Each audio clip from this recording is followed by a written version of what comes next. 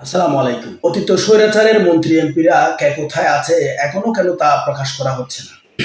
কে কত টাকা দুর্নীতি করেছে, কে কত টাকা পাচার করেছে এখনো কেন জাতির সামনে তা প্রকাশ করা হচ্ছে না?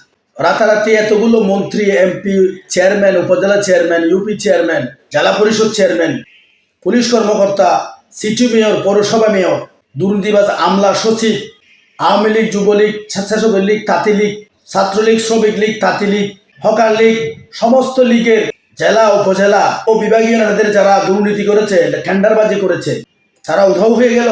কোথাও কোনো প্রমাণ রেখে যায়নি, কোনো চিহ্ন রেখে যায়নি।